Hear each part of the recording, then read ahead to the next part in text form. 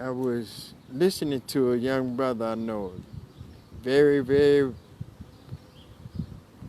good horn player, plays tuba, trumpet. He was talking about how his family were hassled by the police. And he inspired me to tell my story.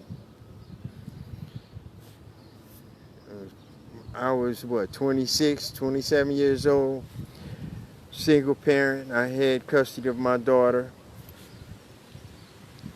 Every Friday, especially every payday, I would go by my mom's house and we'd hang out at my mom's for a while. At the time, she was living at 500 West Oak Street in Cabrini Green. They call it the Bank Road. Anyway, we were stopped by to see my mom. I'm going in the building. I see one of the brothers who live in the building. I stop to talk to him. Another brother walk up. So us three are in the breezeway. My mom lived on the first floor. So us three brothers were standing there in the breezeway talking. And there was a fella, a black man, came up behind us. We looked at him. We looked him top from head to toe.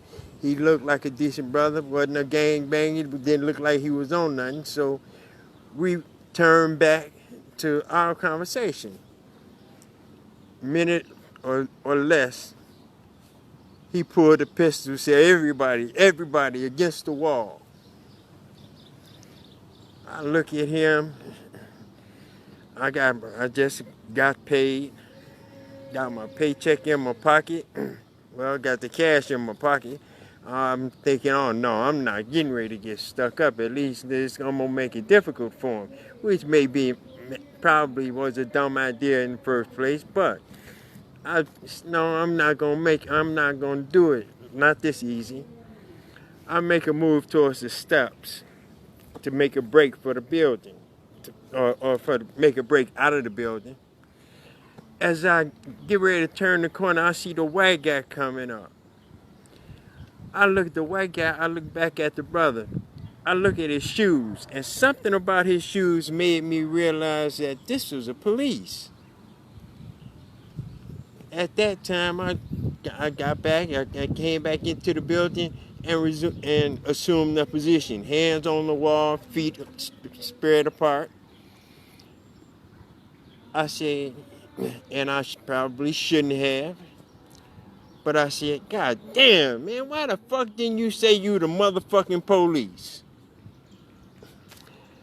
I knew that I shouldn't have been disrespectful to the police, but I also wanted to let them know, you could have told us you were the police. You know, I'm thinking you the stick-up man. Which point he says, oh, we got a smart nigga here, huh?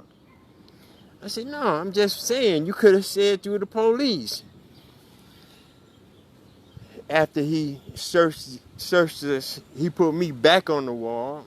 I said, oh, you a smart motherfucker, huh?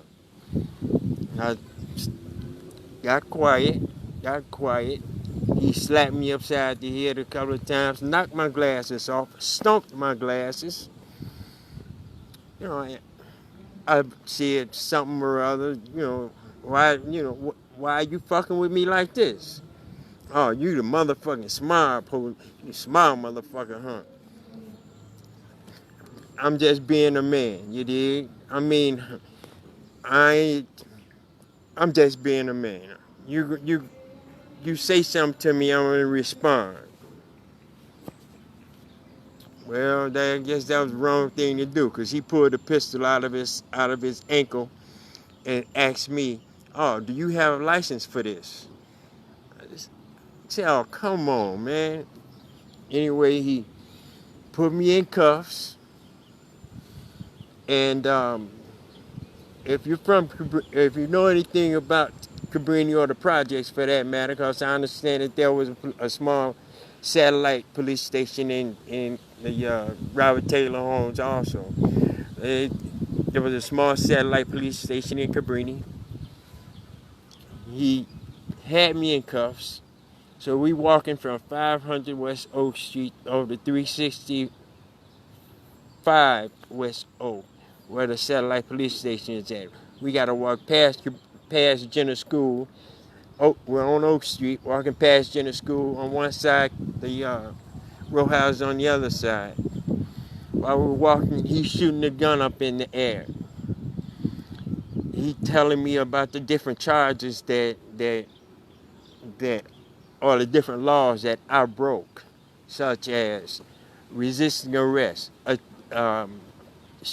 having a pistol with no license, attempted murder of a police officer, and I don't know, quite about 4 or 5 other charges, maybe more. I can't recall exactly. But the point is as I'm in cuffs and he's walking me to the police station, we happen to see the lady who was the president of the LAC, or the local building council, a local housing council or something. She was the president of that. It was a tenant organization. She knew me. She knew my family. There were other people that were watching this take place. Anyway, we got to the police station, and let me back up a little bit. Just my mom, when all this was taking place on the first floor, right outside my mom's apartment, my mom came out and she saw what was going on. Other people in the building saw what was going on. So my mom, she went back in. She made a few phone calls. If you're from Cabrini, and actually the state of Illinois, you know Jesse White. You know who he is. At that time, it was George Dunn was he had the same position. He was the president of Cook County, and it was George Dunn, Jesse White, and my uncle Elias Taylor. My mom made some phone calls, and she called some of them, maybe all of them.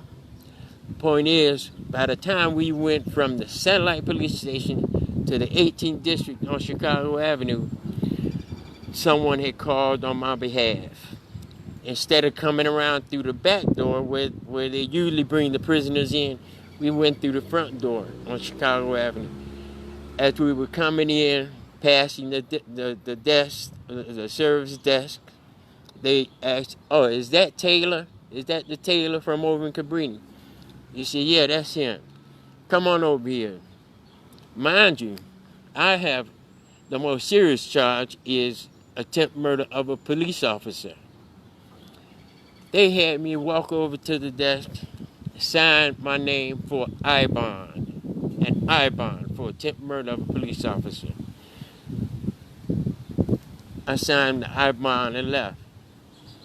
How many other brothers and sisters did not have the people behind them where they could call or talk to and get this stuff squashed? If my mom hadn't have made those phone calls, if she didn't know Jesse White and George Dunn, if my uncle was not one of the people in Cabrini that almost everybody knows, I don't have to say, if those who know Elias Taylor knew what the 9/11 Teen Club meant to Cabrini. If she didn't know these people, I would probably still be in jail on a charge for, I don't know, a whole lot of different charges. And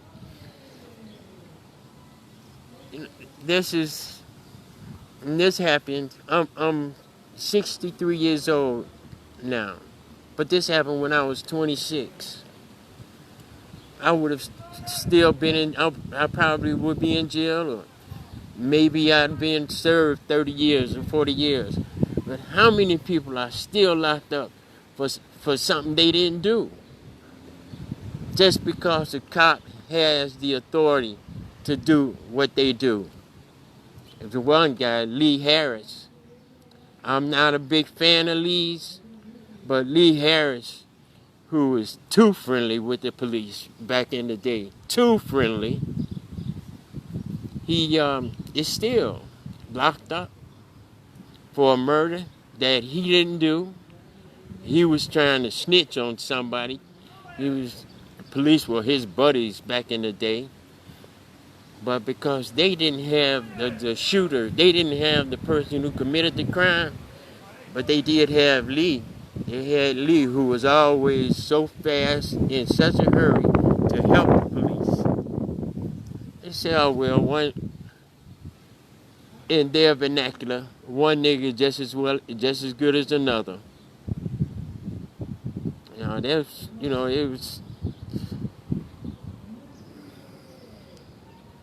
It's wrong how they do us and how they have been doing us. I talked to a young lady a couple of months ago, and I told her about a different incident in my life, and she said, with sincerity, you mean they did that way back then? They've been stepping on our necks since 1619.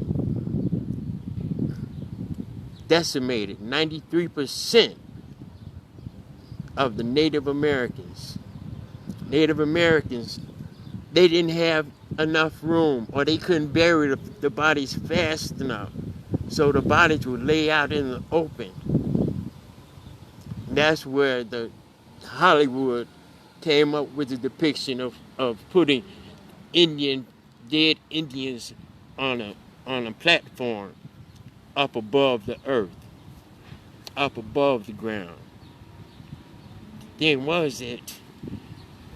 They brought disease and what they are and who they are with them when they came here from Europe. There were too many bodies to bury, so they left them above ground. Hollywood decided to pretty up the situation. They decided to make it look good and said that that's an Indian custom. That is not an American Indian custom.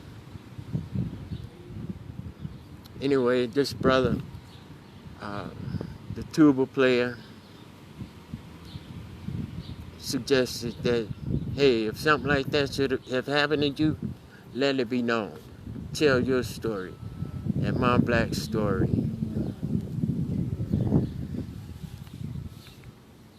Some of us who's never had run-ins with the police,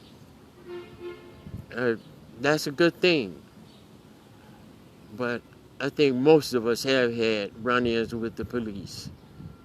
You're not allowed to stand up and be a man, because when you do, they take you down, charge you with some of anything, because you have the audacity to stand tall and say, I'm a man. We are taught to be humble when we're dealing with the police. George Floyd was humble when he talked to the police. He didn't resist arrest. He didn't try to fight him. He was a humble man. From the videos that I saw, and from what I've heard and read about him, he was a gentle giant.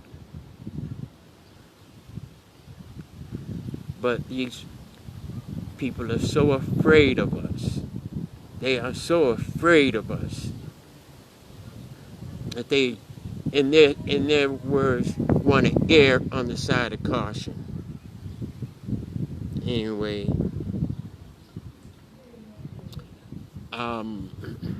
hey, thank you for listening, and may God continue to shine His ever-loving light on you.